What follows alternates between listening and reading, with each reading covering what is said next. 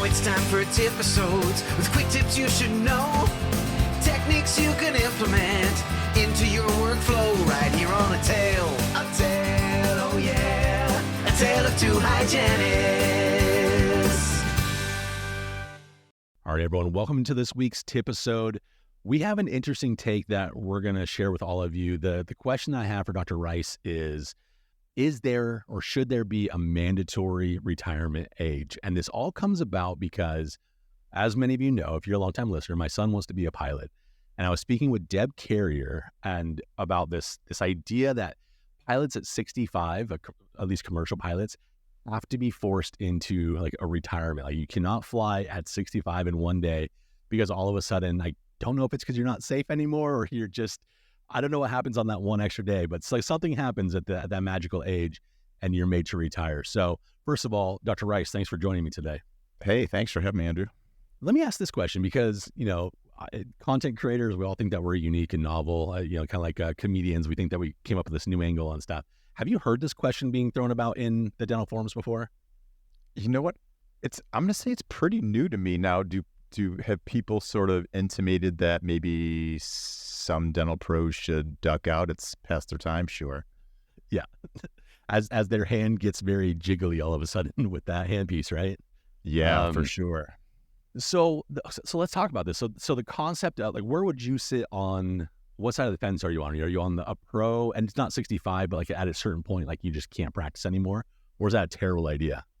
I don't know if it's a terrible idea, but I would say if I'm sitting here today giving you a yay or a nay, I would say, no go, like let people practice. Basically on average dentists practice till like 68, 69. I think that's sort of the national average. So it's a few years beyond that 65 date, but not terrible. And I know some really good dentists in their mid to late 60s who are still super skilled.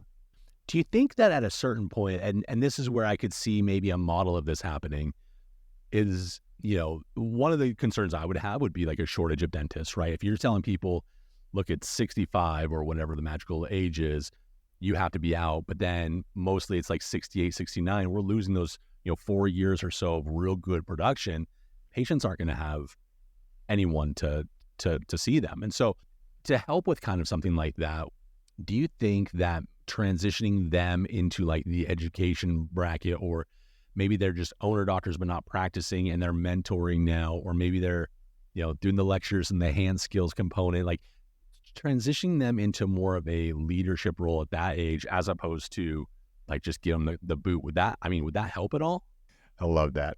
I would say if it's not mandatory but encouraged, I like that. I feel like, as I age as a dentist, my role is to become more of a leader and a teacher and a trainer. And boy, we really sure could use a lot more people in academia. So that would definitely help that problem.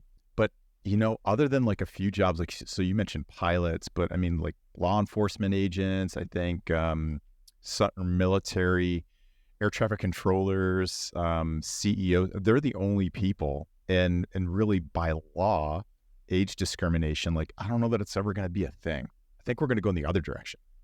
Wait, what's the other direction? Just like a free-for-all? Like if you're a pilot, no one can tell you to retire at age 65. It's just based on your skill set. Like you got to sit in the simulator and knock it out.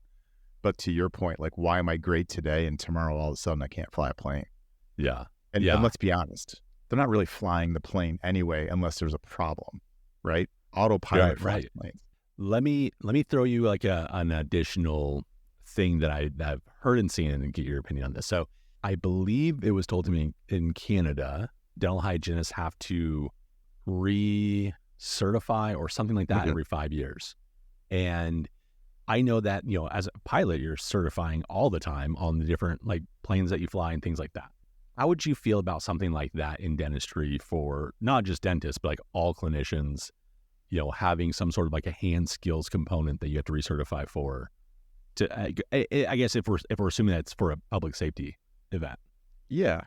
I think hand skills, and let's just say it's made readily accessible. It's pretty simple.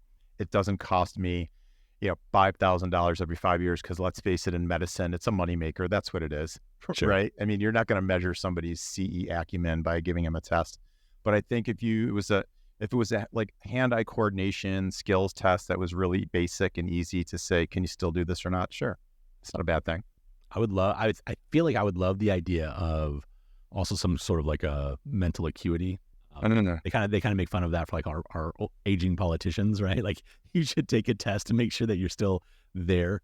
I've worked for dentists kind of like of all ages, and it's interesting that the younger ones, sometimes they have like, I don't know, not dementia, early onset dementia, but they have sometimes like this thing, and the older ones are sharp as a tack. And then you have it flip-flopped where I had some older ones. I'm like, dude, you're forgetting everything that you just told the patient. And then, the younger ones are sharp as a tack.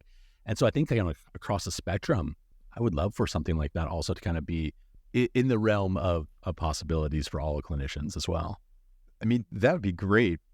The hard part is like we can't even get, and just using dentists as an example, we can't even get all the dental schools to give the same education, right? It's why we have this crazy board exam, out there, which is, we kind of need to have something like that, could be better than it is today. But I think step one is like just getting all dental schools, hygiene schools, assisting schools to teach the same thing. And on the assisting side, like some states you need a degree, some states you can walk off the street. Like there has to be some kind of standardization in our profession that we lack for sure. Oh, I love it. I love it. Dr. Rice, you have a great podcast, Dentistry Unmasked. It's a roundtable podcast. Do you want to talk a little bit about that before we close up?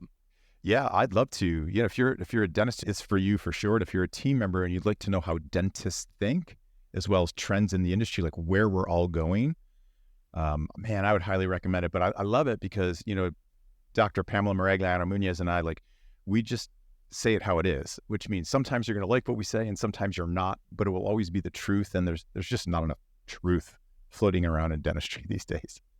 And I can't speak highly enough about the upcoming episodes you guys have. I was lucky enough to kind of sit behind the scenes and listen to them. And man, you just don't think about some of the things, the topics that you guys cover. So I really appreciate what you guys all do over there. Listeners, it's on every podcast app. It's also on YouTube. You can watch their show. It's different than our show. Like you can listen to theirs, but you can watch theirs and listen to theirs. Whatever platform works best for you, they're there for you. Dr. Rice, thank you so much for being on. Hey, thanks for having me, Andrew. Good seeing you. A tale of two hygienists.